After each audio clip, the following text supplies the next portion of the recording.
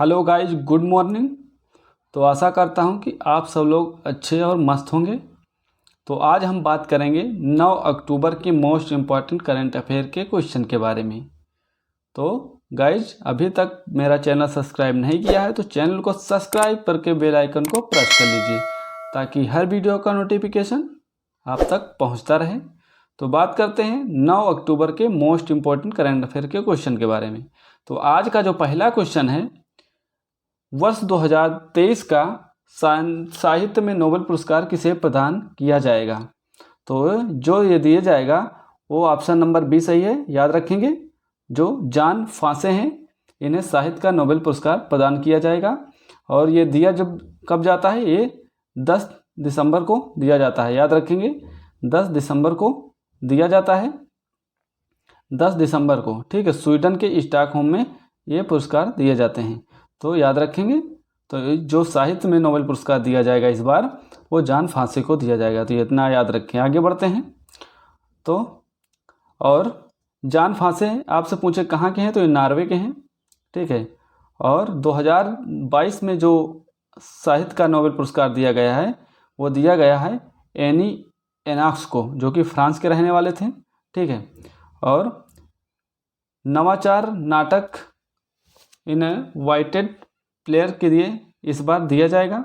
तो इसको याद रखें। ठीक है, तो चलते हैं, बढ़ते हैं आगे। भौतिकी का पूछा है, आप इम्पोर्टेंट पॉइंट है। भौतिकी का नोबेल पुरस्कार किसे दिया जाएगा?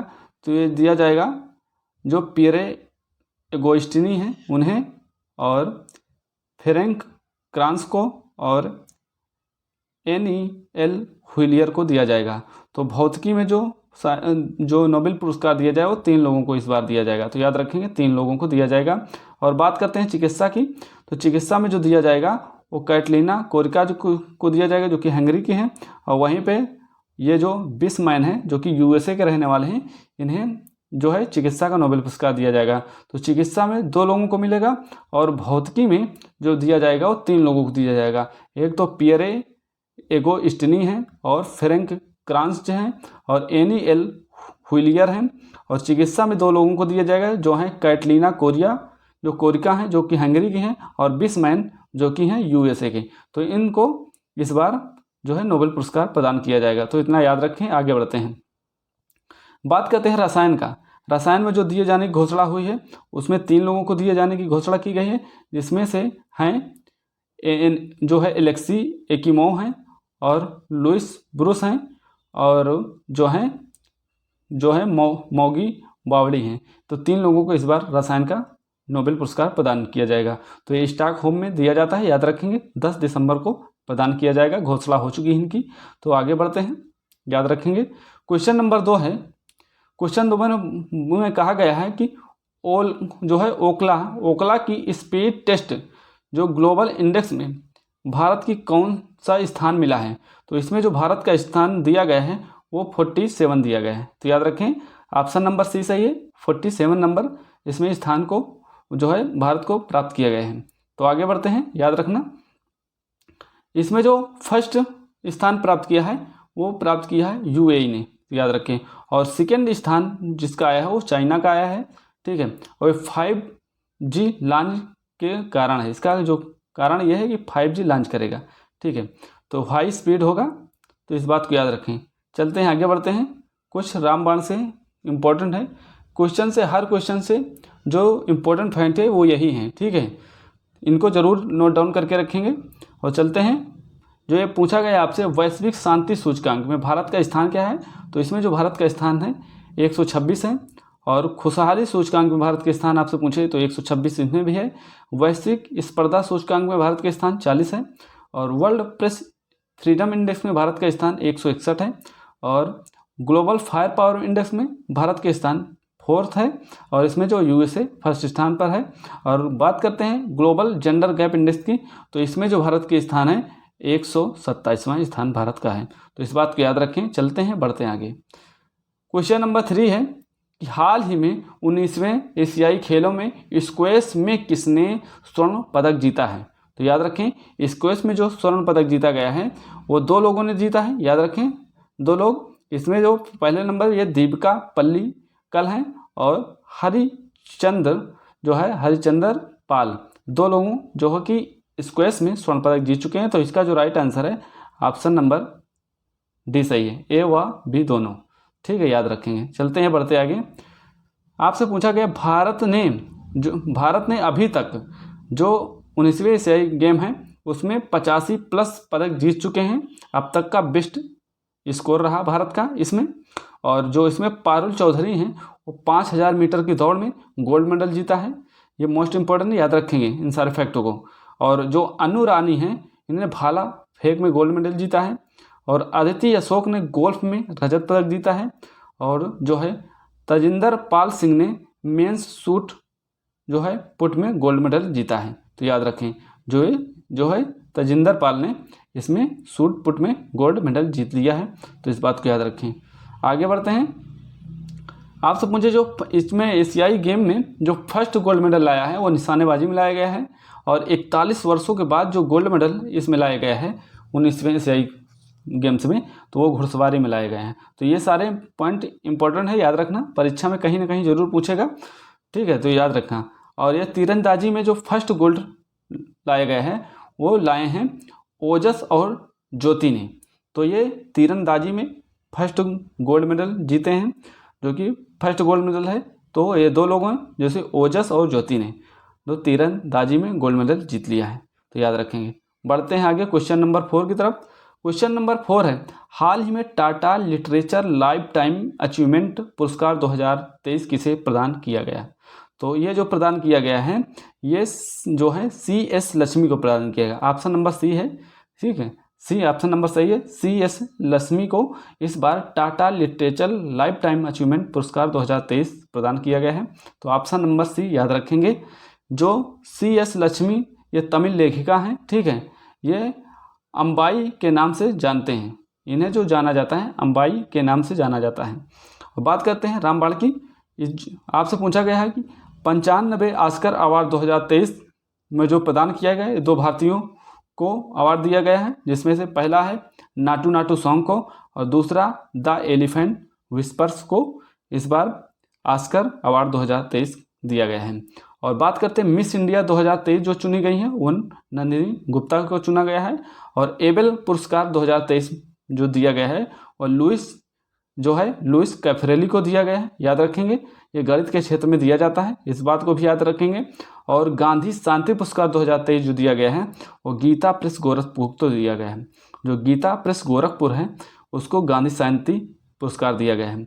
और जो प्रेमी जो है अवार्ड जो दिया गया है, जो ग्रेमी अवार्ड दिया गया है, याद रखेंगे ग्रेमी अवार्ड वो रिकी केज को दिया गया है।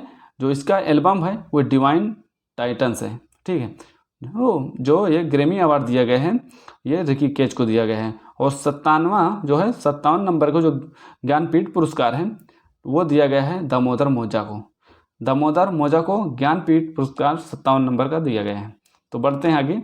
क्वेश्चन नंबर 5 है, हाल ही में किस राज्य या केंद्र शासित प्रदेश के लोकप्रिय व्यंजन कलारी को GI टैग प्रदान किया गया है? तो इसका जो ऑप्शन सही है ऑप्शन नंबर बी सही है, जम्मू कश्मीर को। जम्मू कश्मीर का ये व्यंजन है कलारी, जो कि GI टैग दिया गया है। ठीक है, तो याद रखेंगे जो जम्मू कश्मीर के जो इम्पोर्टेंट GI टैग है ये कलारी जो है व्यंजन कलारी है, जो है उधमपुर जिला है जम्मू कश्मीर का, वहाँ पे इसे GI टैग दिया गया है। और भी हैं जम्मू कश्मीर, जैसे कश्मीरी केसर, इसे भी जम्मू कश्मीर का GI टैग दिया गया है। बसहोली पेंटिंग का GI टैग दिया गया है। और जो दिया गया है मुस्क बाजी चावल को दिया गया है। बसहोली पश्मीना को दिया गया है।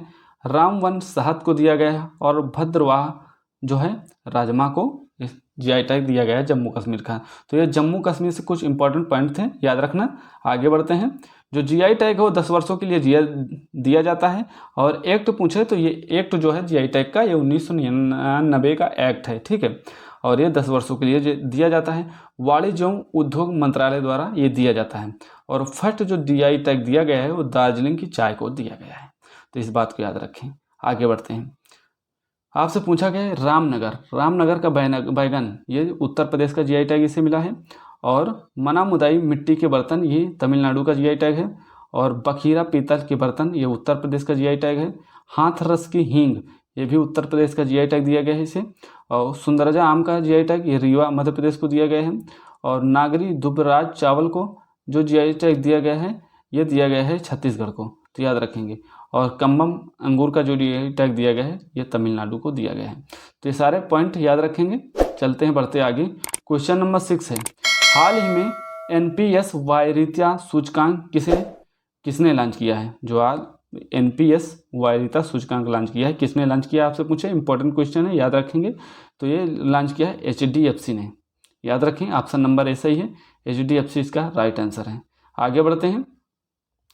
आपसे पूछा है इसमें, आपसे पूछा है कि इलेक्ट्रॉनिक बैंक गारंटी जारी करने वाला बैंक कौन सा है? तो ये बना है एचडीएफसी बैंक। और सेकंड पंचवर्षीय जो योजना थी वो किस मॉडल पर आधारित थी? तो वो मॉडल था पीसी महालनोबिस मॉडल। और सामुदायिक विकास कार्यक्रम की शुरुआत जो की गई है वो की गई है 2 अक्टूबर 1952 से, याद रखें। जो सामुदायिक विकास कार्यक्रम की शुरुआत की गई थी वो 2 अक्टूबर 1952 से की गई थी। सारे इंपॉर्टेंट पॉइंट हैं, याद रखना, नोट डाउन करके रखना। और अगला पूछा गया है कि स्वतंत्र भारत का प्रथम बजट किसने पेश किया? तो के षणमुखम शेट्टी द्वारा पेश किया गया। और चलैया समिति का संबंध किससे है? तो ये कर सुधार से है। और आपसे पूछा है फिलिप्स चक्र, ये जो है इसका संबंध मुद्रास्फीति और बेरोजगारी से है, तो याद रखना। तो बढ़ते हैं आगे। अगला हमारा क्वेश्चन नंबर 7 है, हाल ही में तीस्ता नदी में आई अचानक बाढ़ से कहाँ व्यापक नुकसान हुआ है? मोस्ट इम्पॉर्टेंट क्वेश्चन है, याद रखेंगे। तो जो तीस्ता नदी में आई बाढ़ से अचानक जो बाढ़ आई है वहाँ पे जो नुकसान हुआ है वो हुआ है सिक्किम को, ठीक है, याद रखेंगे। तो ऑप्शन नंबर इसका जो सही है, ऑप्शन नंबर ए सही है, सिक्किम इसका राइट आंसर है, तो याद रखेंगे। आगे बढ़ते हैं। तीस्ता नदी जो तीस्ता नदी है ये ब्रह्मपुत्र की सहायक नदी है, ये बात को याद रखें। और जो सिक्किम है, सिक्किम को जो पूर्ण राज्य का दर्जा दिया गया है वो 36वें संविधान संशोधन 1975 में दिया गया है। सिक्किम को पूर्ण राज्य का दर्जा, ये पूछता है किस संविधान संशोधन द्वारा? तो 36वें संविधान संशोधन द्वारा 1975 में। और सिक्किम के जो वर्तमान में मुख्यमंत्री है वो प्रेम सिंह तमांग है। और राजधानी इसकी जो है गंगटोक है। और यहाँ के जो प्रमुख दर्रे हैं वो नाथुला दर्रा और जेलपला दर्रा हैं, तो याद रखना। चलते हैं बढ़ते आगे। अगला पॉइंट यह है कि भारत में यूनेस्को की विश्व धरोहर स्थल कितनी है? तो ये जो धरोहर स्थल है वर्तमान में ये है जो है कितनी है?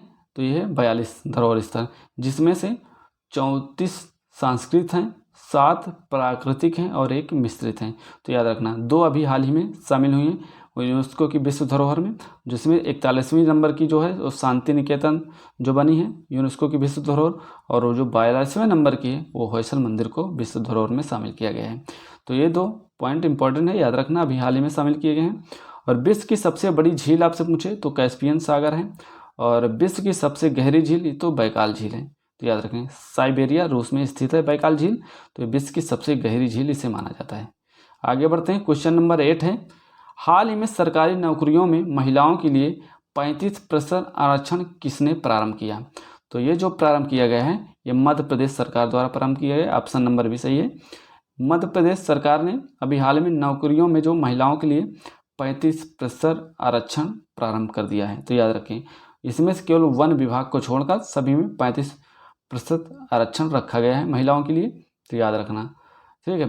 वन विभाग को छोड़कर बाकी सभी में स्थानीय निकाय महिलाओं को 35% यहाँ पे हैं 35% सीट आरक्षित किए गए हैं मध्य प्रदेश द्वारा, तो याद रखना।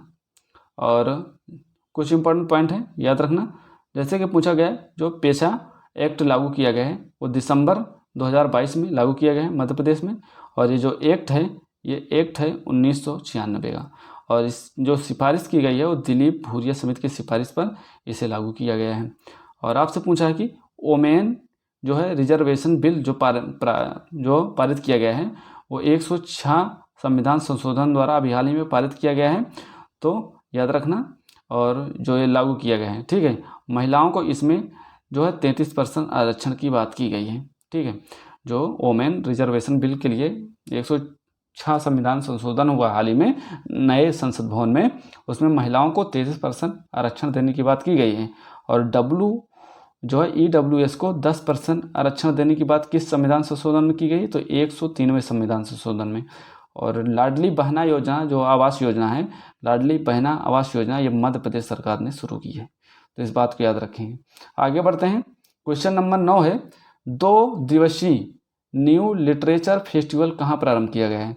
तो ये जो प्रारंभ किया गया है, ये ऑप्शन नंबर इसका जो डी सही है, बेंगलुरु में। ठीक है, बेंगलुरु में इसका जो है प्रारंभ किया गया है, जो है न्यू लिटरेचर फेस्टिवल को, तो याद रखेंगे। आगे बढ़ते हैं। इसका जो आयोजन है 7 अक्टूबर से 9 अक्टूबर तक, 7 से 8 अक्टूबर तक किया जाएगा, 2 दिवसीय चलेगा या 2 दिनों तक। ठीक है, और इसकी जो इस बार थीम रखी गई है, बिना कहानी के बचपन संभव नहीं है। और आयोजन स्थल जो इसका था, बेंगलुरु कर्नाटक में इसका आयोजन किया गया है, तो इस बात को याद रखेंगे। ठीक है, 2 दिन तक ये चलेगा। आगे बढ़ते हैं। कुछ फेस्टिवल है महत्वपूर्ण, जैसे सरहुल फेस्टिवल आपसे पूछे तो ये झारखंड का है, और फूलदेई फेस्टिवल ये उत्तराखंड का है, चेरी ब्लॉसम फेस्टिवल ये शिलांग का है, और धनु जात्रा पर्व ये उड़ीसा सरकार द्वारा मनाया जाता है, और लोसांग महोत्सव ये सिक्किम का है, खारची पूजा ये त्रिपुरा का है, हॉर्नबिल ये नागालैंड का फेस्टिवल है, और लोसर महोत्सव ये लद्दाख में मनाया जाता है। तो ये सारे फेस्टिवल याद रखेंगे। आगे बढ़ते हैं। क्वेश्चन नंबर हमारा 10 है, हाल ही भारत सरकार ने राष्ट्रीय हल्दी बोर्ड गठित किया है, जो गठित किया है, ये देश में सर्वाधिक हल्दी उत्पादक राज्य कौन सा है? देश में सर्वाधिक हल्दी जो उत्पादक राज्य कौन सा है? तो ये जो राज्य बना है, ये महाराष्ट्र बना है, याद रखेंगे। ऑप्शन नंबर इसका ए सही है। ठीक है, तो चलते हैं, बढ़ते हैं आगे, याद रखना है। और भारत जो है विश्व का जो है 73% हल्दी उत्पादन करता है, और इस बात को याद रखेंगे। और भारत में सर्वाधिक हल्दी उत्पादक वाला राज्य तो ये बना है महाराष्ट्र, याद रखना। और भारत का हल्दी में उत्पादन और उपभोग व निर्यात में पहला स्थान तो ये भारत का है। तो आगे बढ़ते हैं। महाराष्ट्र सरकार द्वारा पहला स्माइल ब्रांड एम्बेसडर किसे बनाया गया आपसे पूछे तो ये सचिन तेंदुलकर को बनाया गया है। और महाराष्ट्र का पहला जो उद्योग रत्न अवार्ड दिया गया है वो रतन टाटा को दिया गया है। किसे पूछे तो रतन टाटा को। और नमो 11 सूत्री कार्यक्रम ये महाराष्ट्र सरकार द्वारा दिया गया है। और महाराष्ट्र की जो वर्तमान में सीएम है वो एकनाथ शिंदे हैं, याद रखना, एकनाथ शिंदे महाराष्ट्र के वर्तमान में सीएम हैं। ठीक है, तो ये रहे आज के कुछ इंपॉर्टेंट क्वेश्चन, और उसके साथ जो ये रामबाण सीरीज की इंपॉर्टेंट फैक्ट्स थे, तो याद रखना। तो मिलते हैं नेक्स्ट वीडियो में। जय हिंद, जय भारत।